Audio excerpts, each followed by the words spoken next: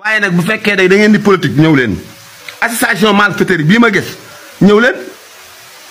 yéen ngeen di fenkat. gars yi man maa ngi ci ginnaaw Cheikh Bara de maa ngi ci ginnaaw Cheikh Bara de waaw ancien imam bi moom terroriste la ngand maami terroriste la ndax dégg nañ mu ne dereti Cheikh Omar Diagne dagan na ku la ko wax day duul Cheikh Omar Diagne deretam dëgganul de barke Seydina Mohamed ku la ko wax day duul gis nañ waxtaankat boobu tamit daan ne vendredi bu fekkee dàq ñu Cheikh Omar Diagne ñu manifeste dal ci kaw état bi ñu ngi leen di xaar ñun ñoo doon xeex ak Macky Sall jàmmaaloog Macky Sall mu yor ay milliards yor pouvoir bépp xëpp ko ci suñ kaw amul benn yërmande ci suñ kaw ñu xeex ak Macky Sall mu rey ci lim ci mën a rey tëj ci lim ci mën a tëj yéen ñoo ñëpp ngeen ne mu xeeral di lekk seen i weccet di tëdde seen i jeeg gone yi dee comme i weñ ngeen ne patteeral ñu jàpp sëñ Touba yëpp dóor ci kasa bi jàpp taalibe sëñ Touba yëpp dóor ci kasa bi ngeen ne patteeral murit sëñ Touba yi màggal daaw képp ku ci waajoon ab liste lan bind teg ko ci aéroport bi képp ku ñëw ngir màggal sëñ Touba gi ñu jàpp la tëj ci kasa bi bu fekkee boo yoree passeport Amérique ñu bàyyi la boo yoree ba France ñu bàyyi la Italie Espagne ku fa jóge ñu tëj la ca kasa bi ngeen na patt te chaque jour muudu yi di leen yóbbu Europe ngeen def ay conférence di récolter ay millions di indi fii ñu jiñ la fi jël jabari jàmbur ñu xeex la ba nga jël sa dëgg toog nga taxaw naan jàmmaarloog état bi ku jàmmaarloo moom ñu noq la ba nga duul état bi ku jàmmaarloog état bi ñu jàmmaarloog yow bu ngeen ñëwee seen i polémique ngeen lijjanti ko ci xaj ku ci am ak nit problème nga lijjanti ko ak moom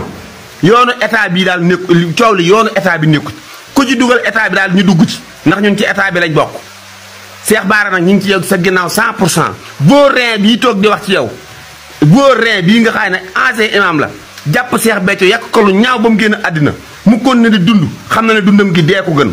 Cheikh Béthio ko gën ci ndey gën ko ci bàyyi. li mu dimbale ci ay doomu aadama li mu teral ci ay doomu aadama li mu suturaal ci ay doomu aadama li mu defal ci ay doomu aadama génn wàll defoo ko yow nga taxaw di xas Cheikh Béthio ba koy ji nit ñi mu rey suul ko këram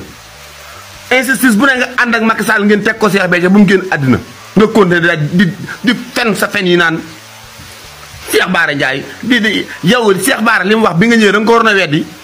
mais yow ay xas sa nga indi amoo argument ay xas sa nga indi yéefar yi ñoo la gënoon a dégg arab ñoo la gënoon a dégg alxuraan mais dañoo fikirloo lànk waaye dimbaleel nit ñi li Cheikh Bara wax lépp dëgg la kuy politique da nga naan fàcc na fang ne damay politique ñu xam ni ñuy jëflante yow ci terrain bi mais nga këgalu ci ginnaaw ay nit di fen sa fen yi naan ku laal sëñ Bara li nga wax mooy dëgg téeméer dëgg ak juróom-ñeent fukk bi ngay xeex ak Cheikh Omar Diagne kenn waxut bi may xeex ak waa ji Cheikh Thiam man bi may attaqué Cheikh Thiam ba ay mbokkam di ñëw ba fekk marché Ocass di wax ak man kenn waxut ci ñoom Cheikh Thiam lu mu yëkkut sëñ Touba amul vidéo yaa ngi ak man Cheikh Thiam lu mu yëkkut sëñ Touba amul te keroog bi mu wàcc aéroport ay murite ko jëli yéeg ci bis di ko vidéo di ko tàcc ba dugal ko Touba lu mu yëkkut sëñ Mountakha ak waa këram amul moom Cheikh Thiam ngeen nag foofu foo nekkoon yéen ñii di wax fu ngeen nekkoon ah Cheikh Bara daal fa nga bokk ak fa nga bokkut lijjanti wuñ ko sëñ Touba ñun gëm nañ sëñ Touba la ñuy dox suñ diggante ak sëñ Touba du mbindeef moo xam ne dinañ la ko wax déedéet li ñu yëg sëñ Touba yëg nañ ko sëñ Touba kuy politiqueal Cheikh Bara li nga wax téeméer dëgg ak juróom-ñeent fukk la Cheikh Omar Diagne ba muy tàmbali di wax boobu yaa jugoon di ko artu ñoom ñi kenn waxul woon man mii ci ñi àndoon ak Cheikh Bara ca xeex bi laa bokkoon man mii waaye nag bu fekkee da ngeen di politique ñëw leen association malfaiteurs bii ma gis ñëw leen yéen ngeen di fenkat